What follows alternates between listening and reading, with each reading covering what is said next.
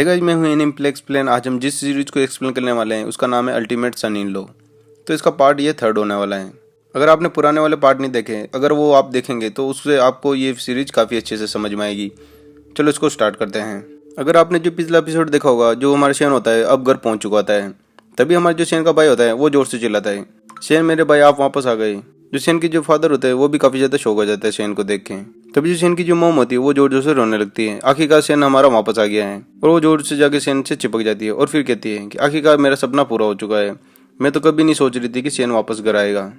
तभी शेन थोड़ा सा मुस्कुराता है, फिर वो कहता है हाँ माँ मैं घर आ चुका हूँ। फिर शेन वापस से एक बार सर झुका के अपने पूरे फैमिली से माफ़ी मांगने लगता है कि मुझे माफ़ कर दो, और मैं हमेशा से गलत था। अब मैं आज के बाद कभी मैं जू फैमिली के पास वापस नहीं जाऊंगा। तभी शेन की जो मॉम होती है वो रोते रोते शेन को गले लगाती है, फिर कहती है कि बेटा तुम कभी नहीं समझ पाओगे कि मैंने तुम्हें कितना याद किया।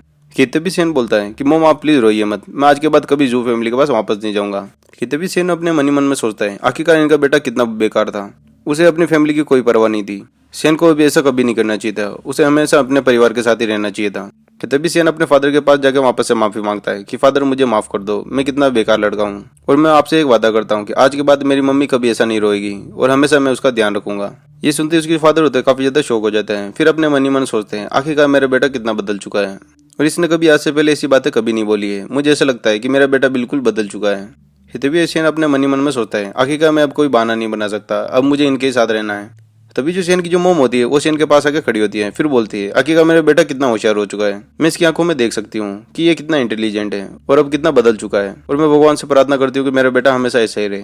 तभी जो शेन होता है अपने मन ही मन में सोचता है आखिरकार इन्हें मेरे पे कितना विश्वास है, ये अपने बेटे से इतना प्यार करते हैं कि ये बिल्कुल भी उसे पहचान नहीं पा रहे हैं कि मैं इनकी बॉडी में कोई दूसरा आदमी हूँ, और ये कितने भोले हैं और कितने अच्छे आदमी हैं। आखिरकार इनके साथ शेन ऐसा कैसे कर सकता है। कि तभी शेन का जो भाई होता है फिर वो बोलता है भाई कि मुझे सच सच बताना, क्या तुम्हें जू फैमिली ने धक्के देके बाहर निकाल दिया क्या। तभी जो शेन होता है फिर धीरे से अपना सर हिलाता है, फिर बोलता है ऐसा कुछ नहीं है, उन्होंने मुझे बाहर निकाला है पर ये मेरे लिए काफी अच्छा है, इससे मुझे काफी अच्छा सबक मिला है। अगर वो मुझे धक्के देके बाहर नहीं निकालते मैं कभी तुम्हें पहचान नहीं पाता, मैं कभी अपनी फैमिली के बारे में इतना सोच नहीं पाता। भले हमारी फैमिली बहुत ज्यादा गरीब है पर इससे कोई फर्क नहीं पड़ता है। मैं और मेरा भाई और मेरी माँ और मेरे फादर हम सभी कितने खुश थे, चाहे हमारी जैसी भी कंडीशन हो हमेशा हम साथ ही रहे। इससे कोई फर्क नहीं पड़ता कि हमारे पास पैसा है नहीं है, पर हमारे पीछे इतना प्यार है कि हम कभी अलग नहीं हो सकते हैं। तभी जो शेन होता है अपने मन ही मन सोचता है आखिरकार मेरी माँ कितनी अच्छी है, हमेशा मेरी माँ ने मुझे सपोर्ट किया है, चाहे जैसी भी कंडीशन हो हमारी फैमिली की। हमेशा मेरी माँ कुछ ना कुछ काम करके अपना गुजारा कर लिया करती थी और हमें भी कुछ ना कुछ खिला दिया करती थी। तभी जो शेन की मोम होती है वो कुछ सोच ही रही होती है, फिर अपने मन ही मन में सोचती है आखिरकार मेरा बेटा कितना बड़ा हो चुका है, अब मुझे इसके लिए कोई लड़की ढूंढ के शादी करवा देनी चाहिए, कि इसके लिए सही टाइम है। तब जो शेन की मोम होती है फिर वो बोलती है कि बेटा तो जब तुम्हारे फादर और तुम्हारा भाई सही हो जाएंगे तो मैं कुछ पैसे इकट्ठा करके तुम्हारी शादी करवा दूंगी। तभी जो शेन की मोम होती है फिर शेन को बोलती है शेन क्या तुम्हारा क्या इरादा है, अगर मैं तुम्हारी शादी लियू से करवा दूं जो इस गाँव की मुखिया की लड़की है, वो सिर्फ तुमसे 3 साल ही बड़ी है और वो काफी ज्यादा सुंदर है और तुम्हारा ध्यान भी अच्छे से रखेगी। ये बात सुनते हमारा जो शेन है वो थोड़ा सा शौक हो जाता है, आखिरकार मेरी मोम बार बार शादी के लिए क्यों बोल रही है, आखिरकार मेरी मोम ने मेरे आने से पहले लड़की ढूंढ के रखी हुई है। शायद मुझे ऐसा लगता है कि जो पुराना वाला शेन है वो सिर्फ शादी करना चाहता था, उसे कोई फर्क नहीं पड़ता कि कौन सी फैमिली से शादी कर रहा है। अगर उसे पहले लड़की मिल चुकी होती तो वो अभी तक वो इस लड़की से शादी कर चुका होता। तभी जो शेन होता है फिर अपने मम्मी पापा को समझाता है आपको इतना सोचने की कोई जरूरत नहीं है, अब मैं शादी के लिए कोई लड़की नहीं ढूंढ रहा हूँ और आपको भी ऐसा नहीं करना चाहिए। अभी हमारी जो हालत है उसके ऊपर ही बात करनी चाहिए, हमें इधर उधर की बातें नहीं करनी चाहिए। सबसे पहले मुझे तुम्हारी बीमारियां चेक करने दो कि तुम्हारे साथ आखिरकार हो क्या रहा है। कि तभी शेन अपने फादर की थोड़ी सी तबीयत चेक करने लगता है, फिर वो बोलता है कि पापा आपको थोड़ा सा बुखार है। फिर इसके साथ ही वो अपने फादर की पूरी बॉडी को एक्सरे करने लगता है कि मुझे अंदर का मामला देखने दो, आखिरकार तुम्हारे साथ हो क्या रहा है। तभी वो अपने फादर की बॉडी में देखता है कि उनके जो लंग्स होते हैं वो बिल्कुल ही डैमेज हो चुके थे और बहुत सी जगह उनकी हड्डियां भी टूट चुकी होती हैं, और उनकी कंडीशन इतनी खराब थी कि वो जल्दी से रिकवर नहीं हो पा रहे थे। जो इनके इंटरनल ऑर्गन्स है वो काफी ज्यादा डैमेज हुए हैं, तो इसकी वजह से उनके जो फादर है वो बार बार खांस रहे थे, तो इसकी वजह से उनके सांस लेने में भी काफी ज्यादा तकलीफ हो रही थी। तभी जो शेन होता है अपने मन ही मन में सोचता है आखिरकार जू फैमिली ने इनके साथ कितना बुरा व्यवहार किया था, और मेरे भाई ने जो 5 कोइन उधार लिए थे उसमें भी कोई डॉक्टर अच्छा नहीं मिला इनको, अगर मैं नहीं आता तो इनके साथ क्या होता। तभी जो शेन होता है फिर वो सोचता है अब मुझे सबसे पहले अपने फादर को सही करना है। जो शेन के पास जो मेडिकल फील्ड का जो नॉलेज होता है फिर उसे अपने यूज करने लगता है। सबसे पहले मेरे फादर के जो लंग्स है उसमें से जो ब्लड खराब हो गया उसे हमें बाहर निकालना पड़ेगा, अगर मैं ऐसा करने में बिल्कुल सफल रहा तो मेरे फादर कुछ ही महीनों में ठीक हो जाएंगे। अच्छा हो कि मेरे पास मेडिकल फील्ड की नॉलेज है, मैं अपनी मेडिकल फील्ड की सारी नॉलेज यूज करके मैं आसानी से मेरे फादर को ठीक कर दूंगा, पर ऐसा करने के लिए मुझे कुछ जड़ी बूटियों की जरूरत पड़ेगी जो कि मुझे माउंटेन पर मिलने वाली है। आज तो काफी ज्यादा अंधेरा हो चुका है, मुझे कल जाना पड़ेगा। तभी जो शेन होता है फिर वो देखता है अब जेन का भी पाँव सही करना है। फिर शेन बोलता है भाई तुम मुझे थोड़ा अपना पाँव दिखाओ। तभी जो उसका भाई होता है फिर अपना पैर आगे करके उसे दिखाने लगता है। अब शेन उसकी बॉडी को भी एक्सरे करता है। तभी वो देखता है कि जो उसके भाई के जो बोन्स होते हैं वो आपस में टूट चुके होते हैं। जो उसका भाई होता है उसकी वजह से अच्छे से चल नहीं पाता है। अगर इसकी हड्डी की कंडीशन अभी सही नहीं की तो फिर कभी सही नहीं हो पाएगी। तभी जो शेन का भाई होता है फिर वो हंसने लग जाता है कि भाई तुम ऐसा क्यों देख रहे हो, अब हमारे पास इतना पैसा नहीं कि हम अपना इलाज करा सके, अब तुम मेरी इतनी चिंता मत करो।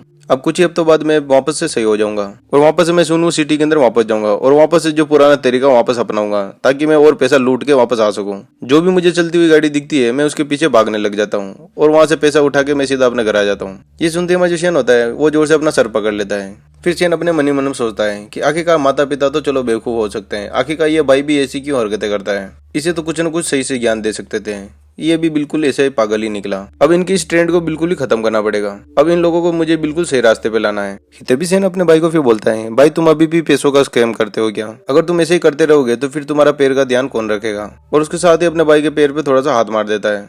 उसका भाई जोर से चिल्लाता है कि भाई मुझे बहुत ज्यादा दर्द हो रहा है। फिर शेन अपने भाई से पूछता है, आखिरकार तुम्हें ये चोट कब लगी, जरा मुझे थोड़ा खुल के बताओ। फिर तभी शेन का भाई थोड़ा हंसते हुए जवाब देता है, कुछ दिन पहले ही मैं तुम्हारी खबर लेने के लिए जू फैमिली के पास पहुंचा था। तो वहां से भागते समय मेरे को पता नहीं था कि मैं गलत गेट की तरफ घुस गया हूँ, तो उसी टाइम मुझे शायद चोट आई थी। और हाँ, मुझे ये भी पता है कि वहाँ पे कुछ लोगों ने मुझे पकड़ लिया था और मुझे गाली गलौज देने लगे और उन्होंने काफी ज्यादा मेरे साथ हाथापाई भी की थी। शायद उसी बीच मेरा पैर भी वहीं टूटा था। तभी शेन अपने मन ही मन सोचता है, आखिरकार जू फैमिली कितनी निर्दयी हो सकती है। तभी शेन हल्का सा मुस्कुराता है, फिर बोलता है, भाई आप बिल्कुल इसकी चिंता ना करें, मैं आपको बिल्कुल ठीक कर दूंगा। शेन के घर के बाहर वो दोनों लोग अभी भी इंतजार कर रहे होते हैं कि आखिरकार शेन अंदर क्या कर रहा है। और बाहर खड़े जो दोनों लोग होते हैं वो शेन की सारी बातें सुन रहे होते हैं और वो दोनों बाहर इंतजार करते करते अब सुबह हो चुकी होती है। अब जो हमारा जो शेन होता है वो जंगल की तरफ बढ़ चुका होता है। शेन अपने फादर को ठीक करने के लिए कुछ जड़ी बूटियों का इंतजाम करने के लिए माउंटेन पर चला गया होता है। अब शेन का पीछा करते करते जो दोनों लड़के होते हैं वो भी उसके शेन के साथ चले जाते हैं। अब शेन को पूरा दिन बीत चुका होता है, वो सारी जड़ी बूटियां इकट्ठा करके वापस घर आ जाता है। अब शेन सारे जो मेडिकल के इक्विपमेंट होते हैं सारे इकट्ठा करके वापस से रख देता है और सबसे पहले उसके फादर का इलाज करने लगता है। अब शेन अपने फादर का इलाज करना स्टार्ट कर देता है। जो उनके लंग्स में जितने भी जो खराब ब्लड था वो सारा सारा बाहर निकाल देता है और ऐसा करने के बाद उसके फादर वापस से ठीक होने लगते हैं और धीरे धीरे वो थोड़ा सा सांस भी आराम से ले पा रहे थे। ये देख के जो हमारे शेन की मोम और उसके भाई दोनों ज्यादा शॉक हो जाते हैं, उनको समझ में नहीं आ रहा होता कि ये शेन कैसे कर पा रहा है। तभी जो शेन की जो मोम होती है फिर वो बोलते हैं कि अब तुम्हारे फादर की कंडीशन काफी ज्यादा अच्छी लग रही है मुझे, वो आराम से सांस भी ले रहे हैं और वो कितना स्मूथली सांस ले पा रहे हैं, ऐसा कैसे पॉसिबल है। तभी जो शेन का भाई होता है फिर वो जोर से बोलता है कि भाई तुमने ये कैसे किया, अब हमारे फादर बिल्कुल ठीक हो चुके हैं और तुम मुझे बताओ ये तुम कैसे कर पा रहे हो। तभी जो शेन का फादर होता है फिर वो धीरे से बोलता है, तुम अपने भाई से कुछ भी सवाल मत पूछो, जितना उसे जो आता था उसने वो कर दिया है, हमें भी शेन की तरह बिल्कुल खुश रहना चाहिए। अब तुम लोग इससे बार बार सवाल पूछ के बार बार इसे शर्मिंदा ना करो और इसे तुम अपने हाल पे छोड़ दो। तभी जो शेन होता है फिर वो धीरे से बोलते हैं, पापा बिल्कुल सही कह रहे हैं। तभी जो शेन की मोम होती है फिर उसके भाई को बोलने लगती है, अभी शेन कितना समझदार हो चुका है, मुझे लगता है कि ये इस सही टाइम है कि लियू के साथ उसकी शादी करा दें। तभी जो शेन का भाई होता है फिर वो बोलता है, क्या मम्मी बिल्कुल आप सही कह रहे हैं, यही सही टाइम है, अब हमें लियू के साथ इसकी शादी करवा देनी चाहिए ताकि ये भी अपना घर बचा सके और इसके साथ ही हम एक क्लिनिक भी ओपन करेंगे कि जिससे हम बहुत सारा पैसा कमा सके।